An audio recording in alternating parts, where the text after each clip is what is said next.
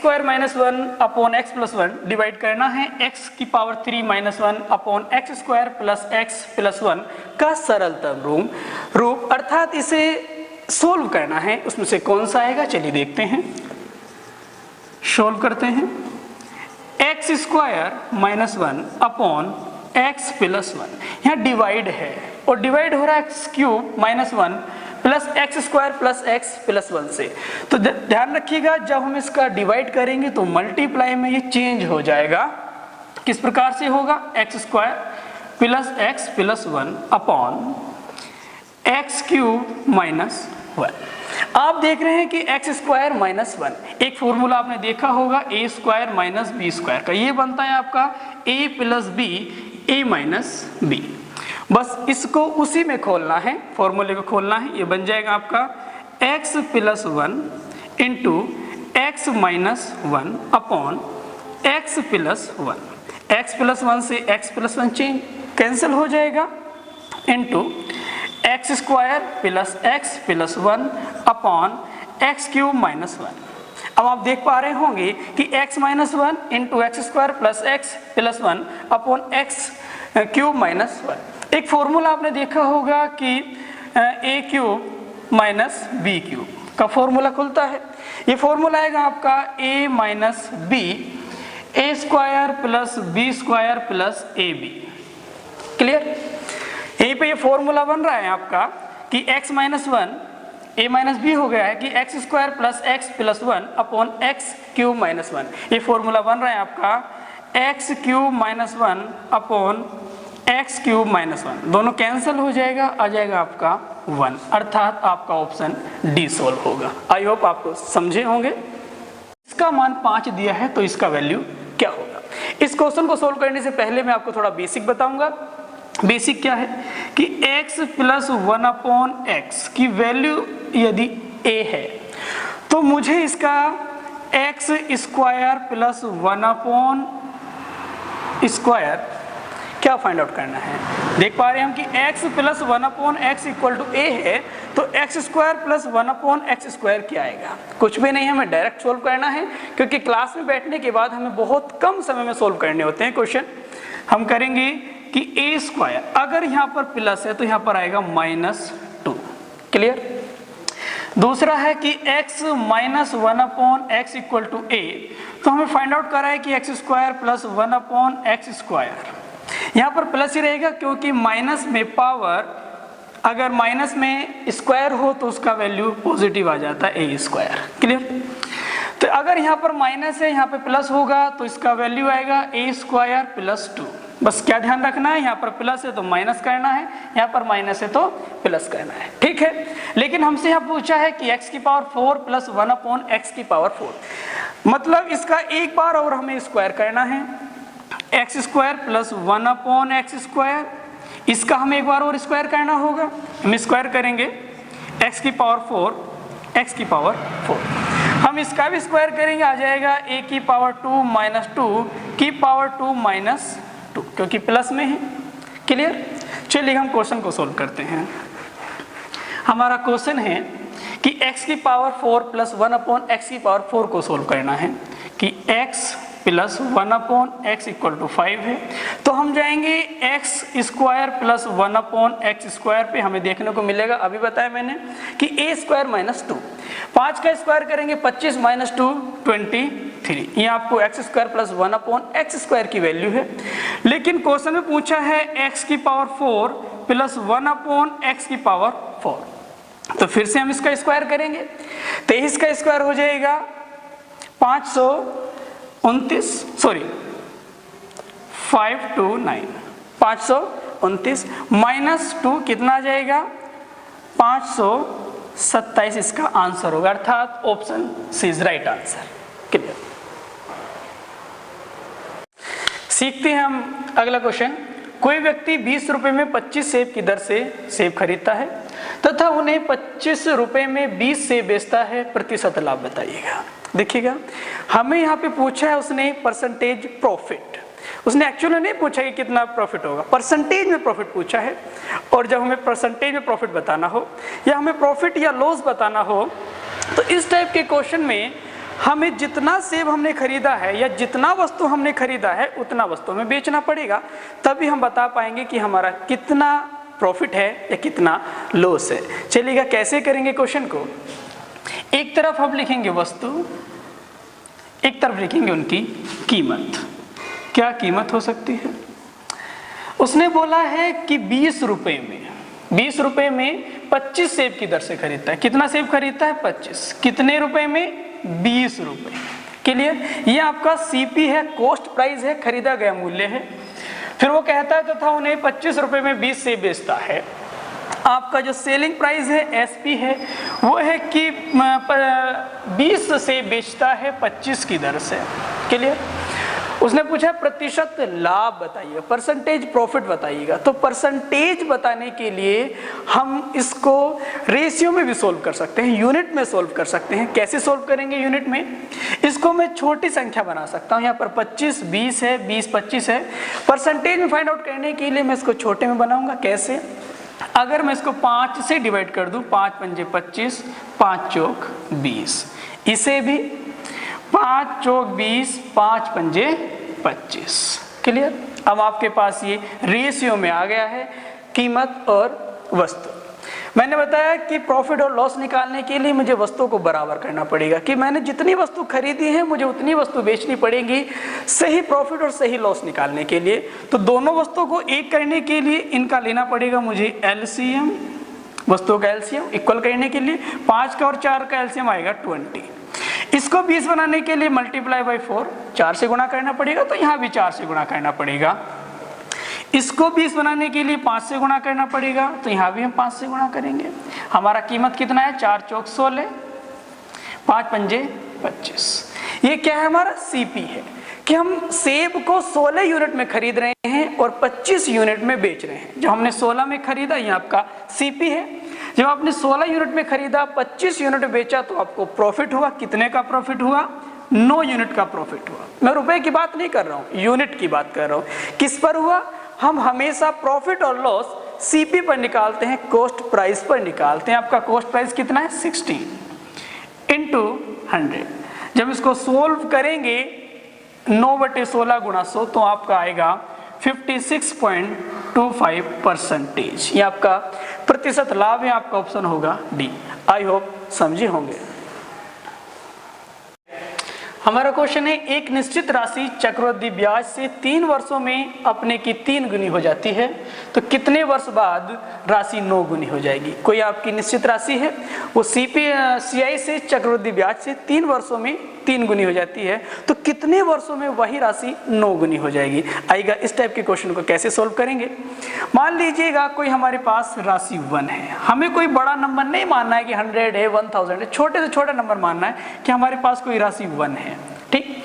और ये राशि हमारी, ये धनराशि सीआई से 3 वर्षों में 3 वर्षों में अपने आप की 3 गुनी हो जाती है। अगर कोई राशि 1 है, 3 वर्षों में 3 गुनी हो गई। क्लियर? उसने पूछा कितने वर्षों में ये राशि अपने आप की 9 गुनी हो जाएगी। ठीक? देखते हैं हम कि कितनी राशि हो गई है? 3। कितनी थी? 1। कितने वर्षों में? 3 इयर्स, 3 वर्षों में। फिर से देखिएगा, जितनी हमारी राशि हुई है 3 गुनी। ठीक है? किससे हुई है? 1 से हुई है। कितने वर्षों में? 3 वर्षों में। तो कितने वर्षों में ये राशि आपकी 9 गुनी हो जाएगी? हम 9 को 3 की पावर में लिखेंगे। 3 की पावर में लिखेंगे 3 की पावर 2। तो 3 की पावर 2 यहाँ पर आपको दिया है कि 3 की पावर 1 का वैल्यू कितना है? 3 इयर्स। तो 3 की पावर 2 का कितना वैल्यू हो जाएगा? जब 1 यूनिट का मान 3 साल है, तो 2 यूनिट का वैल्यू कितना हो जाएगा? 6 इयर्स, 6 वर्ष। तो वह धनराशि उसी रेट से चक्रवृद्धि ब्याज की दर से 6 वर्षों में अपने आप की 9 गुनी हो जाएगी। आपका ए ऑप्शन राइट है। आई होप आप समझे होंगे। आपका अगला क्वेश्चन है, यदि एक बारंबारता बंटन में किसी वर्ग की निम्न और उच्च सीमाएं क्रमशः 10 और 14 है, तो वर्ग का मध्य बिंदु क्या होगा? चलेगा इस टाइप के क्वेश्चन को सोल्व करने के लिए कि मध्य बिंदु क्या होगा। आपकी एक निम्न यानी कि मिनिमम 10 दिया है और मैक्सिमम यानी कि उच्च सीमा आपका 40 दिया है। तो इसका मिनिमम और मैक्सिमम दिया है, तो इसका मिड पॉइंट क्या होगा? मध्य बिंदु क्या होगा? कुछ बस दोनों को ऐड कर दीजिएगा 10 प्लस 40 अपॉन 2, 2 से डिवाइड कर दीजिएगा 10 प्लस 40 50 बाई 2 इक्वल टू 25। आपका पहला ऑप्शन आंसर होगा। क्वेश्चन है हमारा, दो गोलों के पृष्ठ क्षेत्रफलों का अनुपात, इनके रेशियो 9:4 है, तो उनके आयतनों अर्थात वॉल्यूम का रेशियो क्या होगा।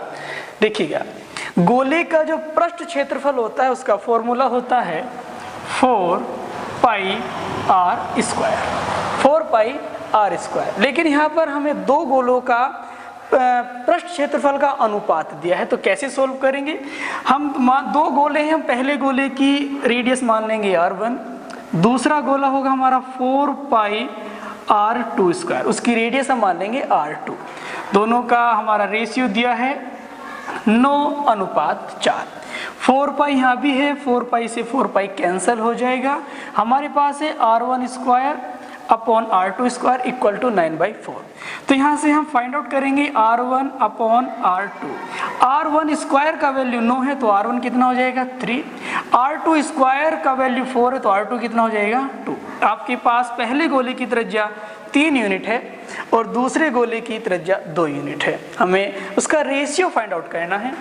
देखिएगा, उसने बोला है कि आयतनों का अनुपात क्या होगा, तो गोले का आयतन कितना होता है, गोले का आयतन होता है 4/3 πr³, यानी कि 4/3 πr³।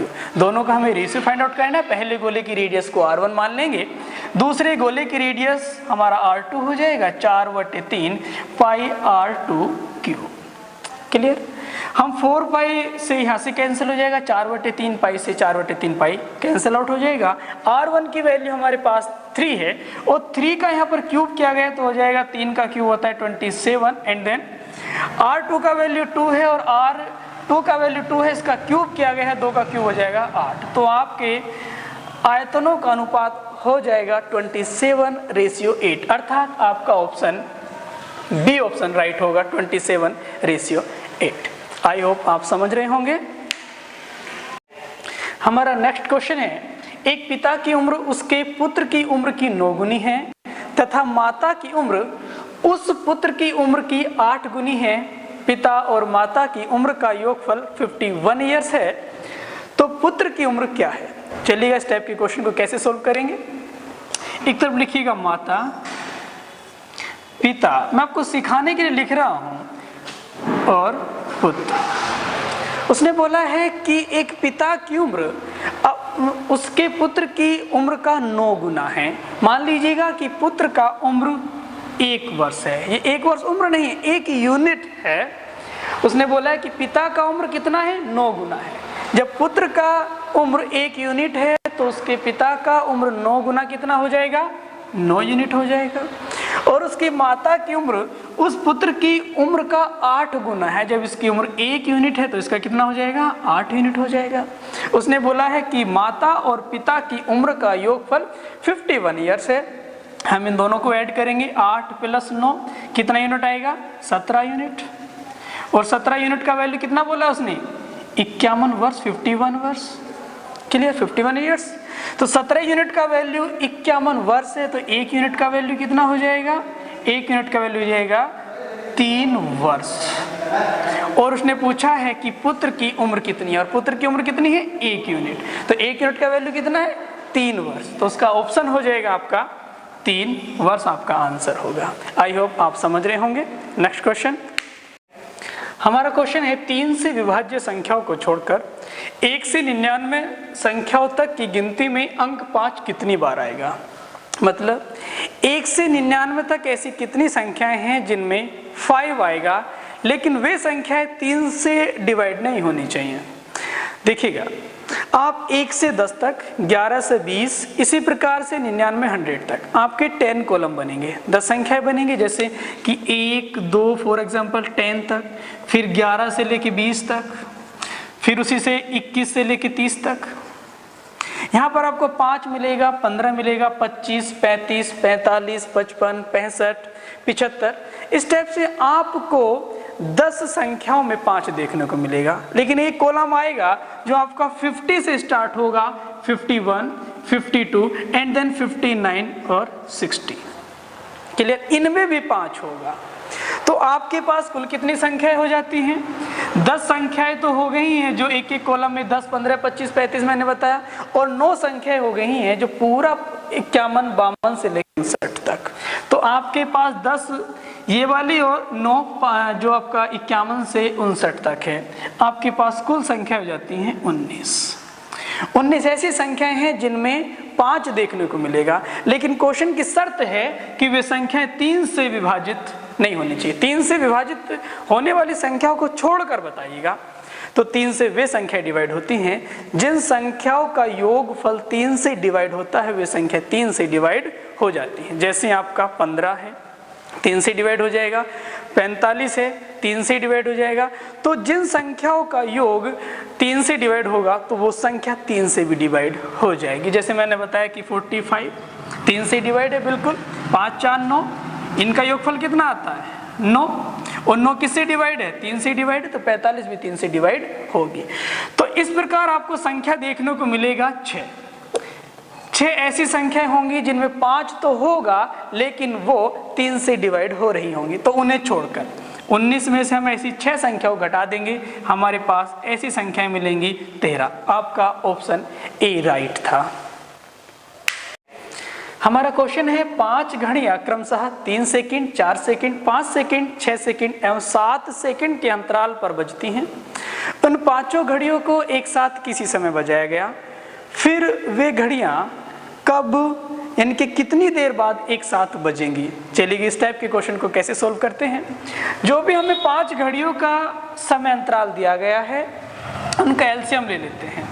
3, 4, 5, 6, 7 इतने अंतराल पर वे घड़ियां बजती हैं, इनका हमें लेना है एलसीएम। जब हम 3, 4, 5, 6, 7 का एलसीएम लेंगे तो हमारा एलसीएम आएगा 420।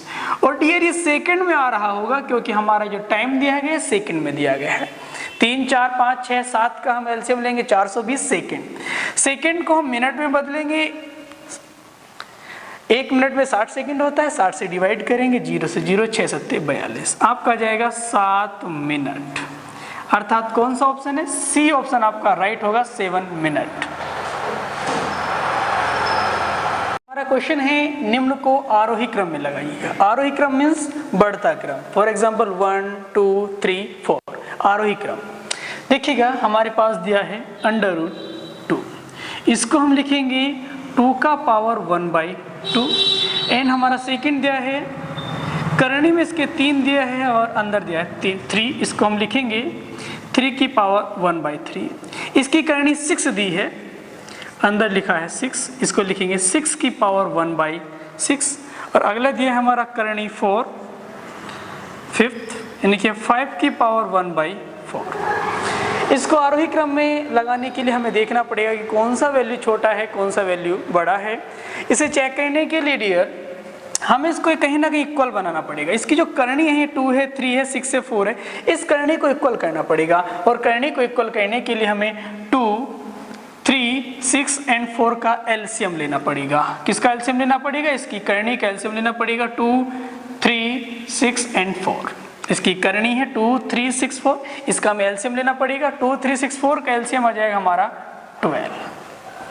बस यहाँ पे रख दीजिएगा कि 2 का पावर 12/2 इक्वल टू कितना हो जाएगा? 2 का पावर 6, इसको लिखेंगे हम 64।